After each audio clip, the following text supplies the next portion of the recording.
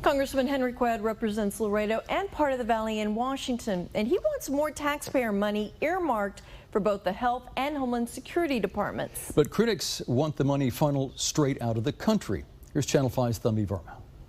Congressman Cuellar's bill would streamline more money into DHS and Health and Human Services to process and detain migrants. He says it's a way to address the current influx, but one migrant we spoke to says it misses the mark. I came to the U.S. when I was 3 years old. I grew up cleaning houses, babysitting, and taking care of my siblings. Gasa says more money spent catching and detaining migrants undermines the concept of asylum. It's because of the lack of security, violence, no jobs, and no money. It's a human right to migrate and find a place where you can feel safe. Speaking from personal experience, she says migrants love this country and want to serve. My son is in the Army. Our children want to serve this wonderful country.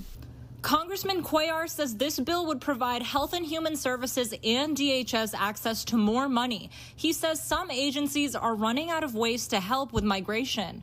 With the increase in border crossings, Congressman Cuellar says CBP has been stretched too thin. The Border Patrol has taken men and women from the border to be, in many ways, babysitters. The congressman says despite what advocates think about the right to migrate, there's a cost to process migrants either way, and that we need a system to handle these influxes so that we don't scramble for money last minute.